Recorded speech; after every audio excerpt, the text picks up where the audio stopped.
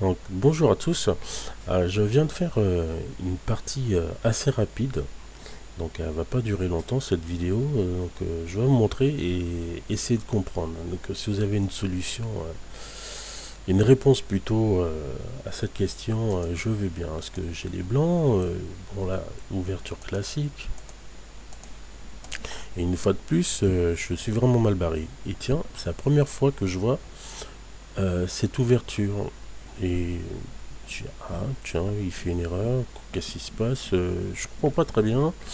S'il faut que je le prenne, je me méfie. Parce que je me dis, si je le prends, il veut occuper le centre. Donc il y a quelque chose qui va pas. Et en fait, je me méfie pas assez. Donc je protège simplement le pion. Je le vois qu'il développe son cavalier. Je dis, bon, bah là, faut que je le bloque. Tout de suite, il rock. Bon, jusque-là, ok. Et en fin de compte, je me dis, en fait, quand il avait avancé son pion pour pouvoir ouvrir la colonne de la tour. Comme j'ai été surpris de cette ouverture que j'avais pas encore confronté ce jeu-là, en jouant en ligne, je me suis pas assez méfié. Donc, j'ai dit, tiens, je vais venir menacer le fou. J'ai dit, oh, c'est trop dangereux, je prends son cas, je fais un échange. Et là, ça va assez vite. Je me suis dit, tiens, il vient attaquer mon pion B2. Et en fin de compte, je prête pas du tout attention. J'ai pas du tout prêté attention qu'il pouvait venir prendre le pion F2 et me mettre en échec. Donc machinalement, moi je viens faire une fourchette avec la reine et le fou. Je dis, tiens, il va abandonner l'attaque de mon pion, je veux dire, en le menaçant, en le protégeant en même temps avec mon cavalier. Il va s'en aller et puis je vais faire un échange avec le fou. Et ben non, pas du tout. Il vient prendre le pion. Ah mince, j'avais pas vu. Et là je me dis, si j'avance en E2, je suis mat, la partie aura duré beaucoup trop vite. Et non. Donc je suis obligé de prendre la case de fuite des deux. Il vient de me remettre en échec. Donc recasse de fuite obligatoire, donc il me force à jouer. Et là il revient. Je vais quand même pas me laisser faire parce que là s'il met son pion, je vais être mal barré. Donc bon, je vais supprimer le pion. Encore une fois, je fais une grosse erreur. Parce que là, il vient de me remettre en échec, protégé par le fou, donc je suis obligé de me décaler. Et paf, je perds mon cavalier. Je dis, bon, bah là, faut que j'arrive à faire quelque chose. Il perd un coup, il me redonne l'avantage de pouvoir me sauver un petit peu. Alors j'avance mon pion pour me préparer à venir cacher mon roi en C2. Il chope le pion pour maîtriser totalement le milieu.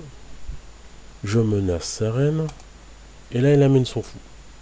Là, je me dis, si j'amène mon fou ici pour bloquer, il va prendre l'échange ou il va me déplacer sa reine pour me mettre en échec. Donc ça vaut pas le coup, je sorte mon fou. Je reviens sur ma case de fuite. Prévue. Et là, il vient en B5. J'ai dit, mais qu'est-ce qu'il fait là? Il va venir m'attaquer ici, prendre la fourchette pour me choper ma reine ou prendre mon cavalier. Donc je suis hyper mal barré. Et là, au dernier moment, ah mais avec mon fou blanc, je peux prendre la reine. Et j'ai pas eu le temps. Paf, il a abandonné parce qu'il s'est rendu compte qu'une erreur d'inattention, je ne sais quoi, qu'il a mal placé sa reine. Et là, je le prends. Il abandonne. Donc, frustration de pas pouvoir prendre la reine. Bon, c'est dommage, tant pis. Mais je me pose cette simple question. Pourquoi abandonner si vite alors que j'étais hyper mal barré? Numériquement, il a une pièce de plus. même s'il perd la reine, même si j'ai la mienne, je ne peux pas développer, je peux pas roquer, j'ai impossible de roquer. Mes deux tours qui sont aux extrémités, je ne peux pas utiliser. Je peux rien faire. Donc la position, je peux pas venir protéger idéalement ma reine. Par contre, lui, il a une bonne défense. Bon, il a effectivement la tour et le cavalier, mais ça peut vite se débloquer en sortant le cavalier sur 3 cases. Parce que si on regarde dans l'autre sens, je lui prends sa reine, mais question développement, c'est beaucoup plus facile, hein. Il peut. Enfin, moi, j'aurais pas à sa place. J'aurais assumé l'erreur d'avoir perdu l'arène bêtement. Mais bon, j'aurais avancé mon pion pour protéger le fou ici, pour bloquer, faire quelque chose. J'ai pas compris. J'ai pas compris. Personnellement, j'aurais pas. Peut-être qu'il y a des joueurs qui, tout simplement, auraient abandonné aussi, qui comprennent. Mais abandonner si vite, juste parce qu'ils perdent l'arène, je comprends pas. Donc, si vous avez la réponse à cette question, je la veux volontiers parce que là, j'avoue que je suis complètement largué.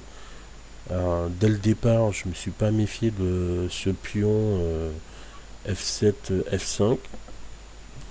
Et il faut m'expliquer si quelqu'un voit cette vidéo, je lui serais reconnaissant. Voilà. Bah écoutez, c'était une partie assez rapide. Euh, Grosse erreur de ma part, hein. Comme je le disais, je suis un petit joueur. Je le confirme une fois de plus. Mais bon, voilà, je profite encore des erreurs de l'adversaire une fois de plus.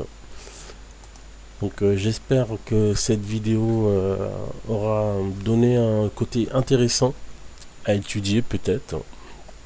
Donc je vous dis à bientôt et merci si vous avez une réponse à m'apporter. À bientôt.